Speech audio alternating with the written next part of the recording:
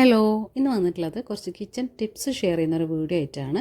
അപ്പോൾ ഫസ്റ്റ് ടിപ്പിൽ ഷെയർ ചെയ്യുന്നത് ഇതുപോലെയുള്ള സവാളസൊക്കെ നമ്മൾ ഒരുപാട് വാങ്ങി സൂക്ഷിക്കുകയാണെങ്കിൽ കുറച്ച് കഴിയുമ്പോൾ അത് അടിയിലുള്ള സവാളൊക്കെ ഇങ്ങനെ കേടുവരുന്നതായിട്ടൊക്കെ കാണാൻ പറ്റും. അതുപോലെ തന്നെ നമ്മൾ ബാസ്ക്കറ്റിൻ്റെ ലൈനറൊക്കെ നനഞ്ഞു പോകുന്നതൊക്കെ ആയിട്ട് കാണാൻ പറ്റുന്നുണ്ട്. അപ്പോൾ അങ്ങനെയൊന്നും വരാതെ ഈർപ്പമൊന്നും നിൽക്കാതെ നല്ല രീതിയിൽ തന്നെ സവാള സ്റ്റോർ ചെയ്യാൻ വേണ്ടിയിട്ടുള്ളൊരു ടിപ്പാണ്. നമുക്കിതുപോലെയുള്ള ടിഷ്യൂ പേപ്പറോ അല്ലെങ്കിൽ ന്യൂസ് പേപ്പർ എടുത്താലും മതിയാകും. ചെറിയ പീസാക്കിയിട്ട് നമ്മുടെ സവാള സ്റ്റോർ ചെയ്തിട്ടുള്ള ബാസ്ക്കറ്റിൻ്റെ ഇടയിലായിട്ട് ഒന്ന് ഇട്ട് കൊടുക്കേണ്ടതാണ്. അപ്പം ചെറിയ ചെറിയ പീസാക്കിയിട്ട് വെച്ചിട്ടുണ്ടെങ്കിൽ അതിലെ ഈർപ്പങ്ങളൊക്കെ ഈ ഒരു ടിഷ്യൂ പേപ്പറൊക്കെ വലിച്ചെടുക്കാനും സവാള കേടുകൂടാതെ സൂക്ഷിക്കാൻ വേണ്ടിയിട്ടും പറ്റുന്നതാണ്.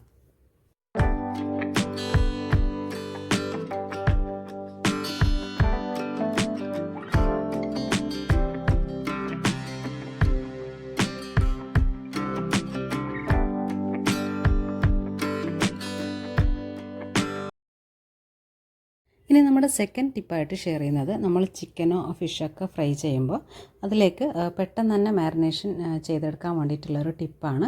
അപ്പോൾ നമുക്ക് മാരിനേഷൻ ചെയ്യാൻ വേണ്ടിയിട്ട് ടൈമൊന്നുമില്ലെങ്കിൽ നമ്മൾ നോർമലി യൂസ് ചെയ്യുന്ന മസാലസൊക്കെ ഒന്ന് ഇട്ട് കൊടുത്തിട്ട് അതിന് ശേഷം ഏതെങ്കിലും ഒരു ഫ്ലോർ ഇട്ട് കൊടുക്കാവുന്നതാണ്. ഞാനിപ്പോൾ ഇവിടെ അരിപ്പൊടിയാണ് ഇട്ട് കൊടുക്കുന്നത്. അപ്പോൾ ഏകദേശം ഒരു ടേബിൾ സ്പൂണോളാണ് ഇട്ട് കൊടുക്കുന്നത്. എന്നിട്ട് നല്ലോണം ഒന്ന് മിക്സ് ചെയ്തിട്ട് ഒരു 5 മിനിറ്റ് വെച്ചാൽ തന്നെ നമുക്ക് പെട്ടെന്ന് മാരിനേറ്റായി കിട്ടുന്നതാണ്. അപ്പോൾ നമ്മൾ ചോറിൻ്റെ കൂടെയൊക്കെ ആണെങ്കിൽ കുറച്ച് അരിപ്പൊടി ഇട്ട് കൊടുത്താൽ തന്നെ മതിയാകും. അല്ലാതെ നമ്മൾ സ്നാക്സ് ആക്കിയിട്ടാണ് ഇങ്ങനെയുള്ള മീറ്റ് കാര്യങ്ങളൊക്കെ യൂസ് ചെയ്യുന്നതെങ്കിൽ കുറച്ച് കൂടുതലായിട്ട് അരിപ്പൊടിയൊക്കെ ഇട്ട് കൊടുത്തിട്ടുണ്ടെങ്കിൽ നല്ലൊരു ക്രിസ്പിനെസ് കൂടെ കിട്ടാൻ വേണ്ടിയിട്ട് ഹെൽപ്പ് ചെയ്യുന്നതാണ്. അപ്പോൾ ടൈമില്ലാത്ത നേരത്തൊക്കെ നമുക്ക് ഫ്രൈ ചെയ്തെടുക്കണമെങ്കിൽ ഈ ഒരു ടിപ്പ് ഫോളോ ചെയ്യാവുന്നതാണ്.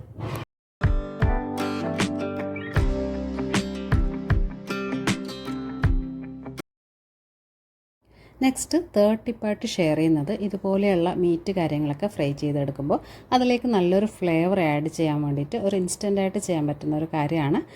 നമ്മൾ സാധാരണ കറി ലീവ്സൊക്കെ ആഡ് ചെയ്യുന്ന പോലെ തന്നെ നമുക്ക് ഗ്രീൻ ചില്ലി ആഡ് ചെയ്യാവുന്നതാണ്. അപ്പോൾ അത് നെടുവേ കീറിയിട്ട് വേണം ഇട്ട് കൊടുക്കാനായിട്ട്. അപ്പോൾ ഇങ്ങനെ ചെയ്തിട്ടുണ്ടെങ്കിൽ നമ്മുടെ ഫ്രൈസിനൊക്കെ നല്ലൊരു ഫ്ലേവറും അതുപോലെ തന്നെ സ്മെല്ലും കൂടെ കിട്ടാൻ വേണ്ടിയിട്ട് ഹെൽപ്പ് ചെയ്യുന്നതാണ്. അപ്പോൾ അത് എല്ലാവർക്കും പെട്ടെന്ന് തന്നെ ചെയ്തെടുക്കാൻ പറ്റുന്ന ഒരു ടിപ്പാണ്. നെക്സ്റ്റ് ടൈം ഒന്ന് ട്രൈ നോക്കണേ.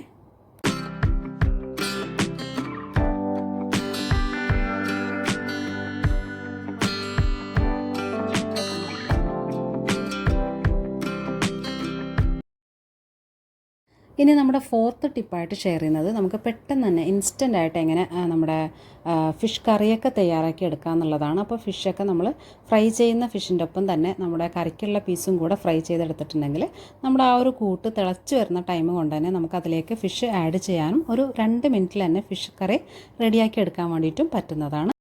അപ്പോൾ ഈ ഒരു ടിപ്പൊക്കെ നമുക്ക് രാവിലെ ടൈമില്ലാത്ത നേരത്തൊക്കെ പെട്ടെന്ന് തന്നെ സ്കൂളിലേക്കൊക്കെ നമുക്ക് ഫുഡൊക്കെ കൊടുത്തയക്കണമെങ്കിലൊക്കെ പരീക്ഷിക്കാവുന്ന ഒരു ടിപ്പാണിത്. അപ്പോൾ നമുക്ക് ഓൾറെഡി നമ്മുടെ ഫ്രൈയും അതുപോലെ തന്നെ കറിയും ഒറ്റ ടൈമിൽ തന്നെ റെഡിയാക്കി എടുക്കാൻ വേണ്ടിയിട്ട് പറ്റുന്നതാണ്. അപ്പോൾ ജസ്റ്റ് ആ ഒരു തേങ്ങ അരച്ചിട്ടുള്ള മീൻകറിയൊക്കെ ആണെങ്കിൽ അതൊന്ന് തിളച്ച് വരുന്ന നേരം കൊണ്ട് തന്നെ നമുക്ക് മീൻകറി റെഡിയാക്കി എടുക്കാൻ വേണ്ടിയിട്ട് പറ്റുന്നതാണ്. എക്സ്ട്രാ ടൈം നമുക്ക് ആ ഒരു ഫിഷ് വേവാനായിട്ട് കാത്തു നിൽക്കേണ്ട ആവശ്യം വരുന്നില്ല. ഇനി വന്നിട്ട് ഫിഫ്ത്ത് ടിപ്പായിട്ട് ഷെയർ ചെയ്യുന്നത് റൈസ് കുക്കർ യൂസ് ചെയ്യുമ്പോൾ ഇതുപോലെ ഒന്ന് സ്ലൈഡ് ചെയ്തിട്ട് അതിൻ്റെ അടപ്പ് കാര്യങ്ങളൊക്കെ വെച്ചിട്ടാണ് നമ്മൾ ചോറ് കാര്യങ്ങളൊക്കെ ഉണ്ടാക്കുന്നതെങ്കിൽ തേങ്ങാച്ചോറൊക്കെ ആകുമ്പോൾ അതിൻ്റെ പാലൊന്നും അടപ്പിലോ അതിൻ്റെ സൈഡിലോ പാത്രത്തിൻ്റെ സൈഡിലോ ഒന്നും പറ്റിപ്പിടിക്കാതെ തന്നെ നല്ല രീതിയിൽ തന്നെ ഫുള്ള് പാലും നമ്മുടെ അരിയിൽ തന്നെ ചോറിൽ തന്നെ പിടിക്കാൻ വേണ്ടിയിട്ട് ഹെൽപ്പ് ചെയ്യുന്നതാണ്. അപ്പോൾ ഇങ്ങനെ ചെയ്തിട്ടുണ്ടെങ്കിൽ തിളച്ച് വരുന്ന ആ ഒരു ടൈമിൽ തന്നെ അനക്കി കൊടുത്തിട്ടില്ലെങ്കിലും നമ്മുടെ പാലൊന്നും എവിടെയോ ആവാണ്ട് ചോറിൽ തന്നെ പിടിക്കാൻ വേണ്ടിയിട്ട് ഹെൽപ്പ് ചെയ്യുന്ന ഒരു ടിപ്പാണ്. നെക്സ്റ്റ് ടൈം എല്ലാവരും ഒന്ന് ട്രൈ നോക്കണേ.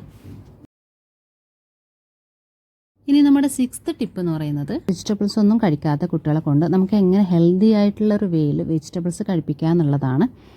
അപ്പോൾ ഇതാ ഞാനിവിടെ 2 ക്യാരറ്റാണ് എടുത്തിട്ടുള്ളത്. അപ്പോൾ 2 ക്യാരറ്റും ഞാൻ ബോയിൽ ചെയ്തിട്ടാണ് എടുത്തിട്ടുള്ളത്. അപ്പോൾ നമ്മളെപ്പോഴും കറി വെച്ച് കഴിക്കുന്നതിനേക്കാളും ഇതുപോലെ ബോയിൽഡ് ആയിട്ടുള്ള വേയിൽ കഴിക്കുമ്പോഴാണ് അത് ഹെൽത്തി ആയിട്ടുണ്ടാവുക. പക്ഷേ അത് നമുക്ക് ഡയറക്റ്റ് അങ്ങനെ തന്നെ കഴിക്കാനും പറ്റാത്തതുകൊണ്ട് തന്നെ ഈ ഒരു രീതിയിൽ ട്രൈ ചെയ്യാവുന്നതാണ്. നമ്മൾ ക്യാരറ്റ് പോളൊക്കെ ഉണ്ടാക്കുന്ന പോലെ തന്നെയാണിത്. അപ്പോൾ ഇത് ഇങ്ങനെ നമ്മൾ ആ ഒരു വേവിച്ചെടുത്തിട്ടുള്ള ക്യാരറ്റ് ഒന്ന് മിക്സിയുടെ ജാറിൽ അടിച്ചെടുക്കുമ്പോൾ 2 ടേബിൾ സ്പൂൺ പാൽപ്പൊടിയും കൂടെ ചേർക്കാവുന്നതാണ്. ആവശ്യത്തിന് മധുരവും കൂടെ ആഡ് ചെയ്യാവുന്നതാണ്. എന്നിട്ടിതാ ഒരു പാത്രത്തിലേക്ക് നെയ്യ് തടവി കൊടുത്തതിന് ശേഷം അതിലേക്കൊന്ന് ഒഴിച്ചു കൊടുക്കുന്നുണ്ട്. എന്നിട്ടിതാ ആവിയിലൊന്ന് വേവിച്ചെടുക്കുന്നുണ്ട്. അപ്പോൾ ഒരു 5-6 മിനിറ്റിൽ തന്നെ ഇത് സെറ്റായി കിട്ടുന്നതാണ്. അപ്പോൾ ഇത് നമുക്ക് കുട്ടികൾക്ക് ഹെൽത്തി ആയിട്ട് ഒരു സ്നാക്ക് ടൈമിൽ പ്രൊവൈഡ് ചെയ്യാൻ വേണ്ടിയിട്ട് പറ്റുന്നതാണ്. അതുപോലെ തന്നെ നമുക്ക് വെജിറ്റബിൾസും കൂടെ കുട്ടികളെ കൊണ്ട് കഴിപ്പിക്കാൻ വേണ്ടിയിട്ട് പറ്റുന്നതാണ്. അപ്പോൾ ഈ ഒരു രീതിയിൽ നമുക്ക് പൊട്ടാറ്റോസൊക്കെ ചെയ്തെടുക്കാൻ വേണ്ടിയിട്ട് പറ്റുന്നതാണ്.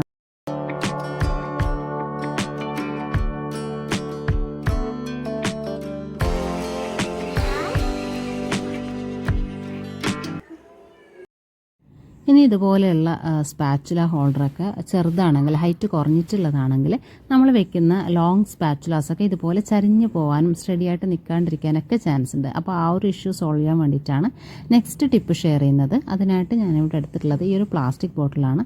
അപ്പോൾ ചെറിയൊരു പ്ലാസ്റ്റിക് ബോട്ടിലാണ് എടുത്തിട്ടുള്ളത്. ഇനി അത് ഹാഫായിട്ടൊന്ന് കട്ട് ചെയ്തെടുക്കുന്നുണ്ട്. അപ്പോൾ നമ്മളിത് കട്ട് ചെയ്തെടുക്കുമ്പോൾ ആ ഒരു ബോട്ടം പാർട്ട് നമ്മുടെ സ്പാച്ചുല ഹോൾഡറിൻ്റെ അതേ ഹൈറ്റിൽ വേണം വരാനായിട്ട്. അപ്പോൾ അതിനേക്കാളും എക്സീഡ് ആവാണ്ട് ശ്രദ്ധിക്കേണ്ടതാണ്. ഇതിപ്പോൾ ഇതിന് കറക്റ്റ് സൈസായിട്ടാണ് കിട്ടിയിട്ടുള്ളത്. ഇനി ആ ഒരു ബോട്ടിലേക്ക് നമുക്ക് റബ്ബർ ബാൻഡ് വെച്ചിട്ടൊന്ന് സെക്യൂർ ചെയ്തെടുക്കേണ്ടതും കൂടെ ആവശ്യമായിട്ടുണ്ട്. അപ്പോൾ അതിനായിട്ട് റബ്ബർ ബാൻഡ് ശരിയായ രീതിയിൽ സ്ലിപ്പായി പോവാതെ നിൽക്കാൻ വേണ്ടിയിട്ട് 2 ചെറിയ കട്ടും കൂടെ അതിൻ്റെ എഡ്ജിലായിട്ടൊന്ന് ഇട്ട് കൊടുക്കുന്നുണ്ട്.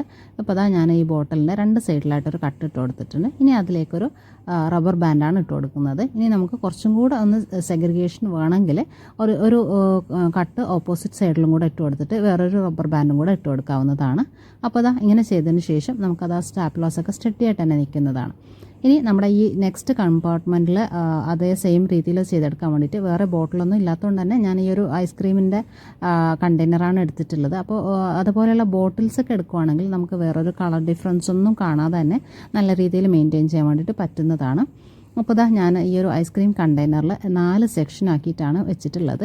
ഇനി അതിലേക്ക് നമ്മുടെ ഫോർക്ക്, സ്പൂണ്, അതുപോലെ പ്ലാസ്റ്റിക് സ്പൂൺസ് അങ്ങനെയുള്ള ഓരോ ഐറ്റംസും സെഗ്രിഗേറ്റ് ചെയ്ത് സ്റ്റോർ ചെയ്യാൻ വേണ്ടിയിട്ട് ഹെൽപ്പ് ചെയ്യുന്നതാണ്. ഒന്നും മിക്സായി പോവാതെ തന്നെ നമുക്ക് എടുത്ത് യൂസ് ചെയ്യാൻ വേണ്ടിയിട്ട് പറ്റുന്നതാണ്. അപ്പോൾ ഈ ഒരു ടിപ്പ് നമുക്ക് 2 രീതിയിലാണ് ഹെൽപ്ഫുൾ ആയിട്ടുള്ളത്.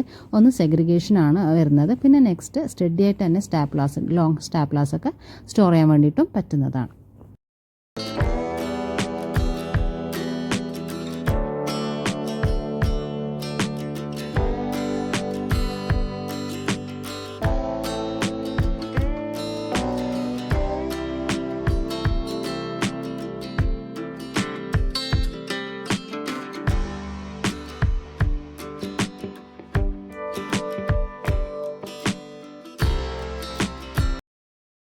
നെക്സ്റ്റ് നമ്മുടെ 8th ആൻഡ് ലാസ്റ്റ് ടിപ്പ് എന്ന് പറയുന്നത് ഒരു സിമ്പിളാണ്, പക്ഷേ ഭയങ്കര എഫക്റ്റീവ് ആയിട്ടുള്ള ഒരു ടിപ്പാണ്. അപ്പോൾ ഈ ഒരു ക്ലിപ്പ് എല്ലാവർക്കും അറിയാം, ചെറിയൊരു ക്ലിപ്പാണ്. നമ്മളിത് സാധാരണ കിച്ചണിൽ ഓപ്പൺ പാക്കറ്റ്സൊക്കെ സെക്യൂർ ചെയ്ത് വെക്കാൻ വേണ്ടിയിട്ടാണ് യൂസ് ചെയ്യുന്നത്. ഇനി അത് കൂടാതെ തന്നെ നമ്മൾ യൂസ് ചെയ്യുന്ന സ്ക്രബ്ബർ, അതുപോലെ ക്ലീൻ ചെയ്യാൻ യൂസ് ചെയ്യുന്ന ചെറിയ ക്ലോത്ത്സ് കാര്യങ്ങളൊക്കെ കിച്ചണിൽ വിരിച്ചിട്ട് ഉണക്കിയെടുക്കാനൊന്നും സൗകര്യമില്ലെങ്കിൽ നമുക്ക് ഈ ഒരു ക്ലിപ്പിലൊന്ന് ഇതുപോലെ ക്ലിപ്പ് ചെയ്തെടുത്തതിന് ശേഷം ഹുക്ക് ചെയ്ത് കൊടുക്കാവുന്നതാണ്. അപ്പോൾ നമുക്ക് നല്ല രീതിയിൽ തന്നെ അത് എയർ ഡ്രൈ ആക്കി കിട്ടാൻ വേണ്ടിയിട്ട് ഹെൽപ്പ് ചെയ്യുന്നതാണ്. അപ്പോൾ ഈ ഒരു രീതിയിലും കൂടെ എല്ലാവരും ഒന്ന് ട്രൈ ചെയ്ത് നോക്കുക. അപ്പോൾ ഇന്നത്തെ ടിപ്സ് കാര്യങ്ങളൊക്കെ ഇഷ്ടമായിട്ടുണ്ടെങ്കിൽ നമ്മുടെ ചാനലൊക്കെ ഒന്ന് സബ്സ്ക്രൈബ് ചെയ്യാനും വീഡിയോസൊക്കെ ഒന്ന് ലൈക്ക് ചെയ്ത് പോകാനും കൂടെ മറക്കല്ലേ. Thanks for watching.